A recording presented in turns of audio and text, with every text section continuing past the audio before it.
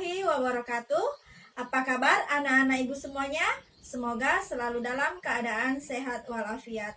Bertemu lagi dengan saya Usnawi Rahayu SPD dalam mata pelajaran Bahasa Indonesia. Aku cinta bahasa Indonesia. Aku bangga berbahasa Indonesia. Bahasa Indonesia luar biasa. Pada pertemuan kali ini kita akan membahas mengenai jenis-jenis teks cerita sejarah. Berikut penjelasannya. Teks cerita sejarah dibedakan menjadi dua jenis, yaitu teks cerita sejarah fiksi dan teks cerita sejarah non-fiksi. Sekarang kita akan membahas jenis teks cerita sejarah yang pertama, yaitu teks cerita sejarah fiksi. Teks cerita sejarah fiksi adalah teks cerita sejarah yang memiliki jalan cerita berupa kehidupan tokoh sesuai dengan pandangan pengarang. Jenis teks cerita sejarah fiksi yaitu yang pertama adalah novel. Novel adalah sebuah karya sastra berbentuk prosa yang mengandung unsur-unsur intrinsik dan ekstrinsik di dalamnya. Contoh novel sejarah yaitu novel yang berjudul Pulang karya Laila S. Qodri, Orang-orang Proyek karya Ahmad Tohari, dan Bumi Manusia karya Pramudia Anantatur. Yang kedua adalah cerpen. Cerpen adalah cerita pendek berbentuk prosa narasi fiksi.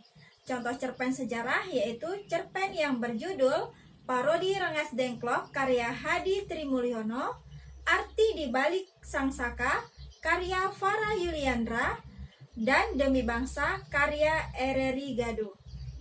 Yang ketiga adalah legenda. Legenda adalah cerita rakyat yang dianggap oleh sebagian orang merupakan sesuatu yang benar-benar terjadi. Contoh legenda sejarah yaitu legenda Danau Toba, legenda Malin Kundang, dan legenda Sang Kuryang. Yang keempat yaitu roman. Roman atau kisah percintaan yaitu jenis karya sastra berbentuk prosa yang melukiskan perbuatan pelakunya menurut watak dan jiwanya masing-masing. Contoh roman sejarah yaitu roman yang berjudul Sidul Anak Jakarta dan Gadis Empat Zaman. Jenis teks cerita sejarah yang kedua yaitu teks cerita sejarah non-fiksi. Teks cerita sejarah non-fiksi adalah teks cerita sejarah yang disusun sesuai dengan fakta dan data-data yang lengkap. Jenis teks cerita sejarah non-fiksi yaitu biografi.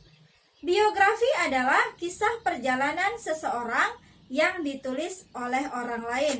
Contohnya adalah biografi Raden Ajeng Kartini yang ditulis oleh Imron Rosyadi.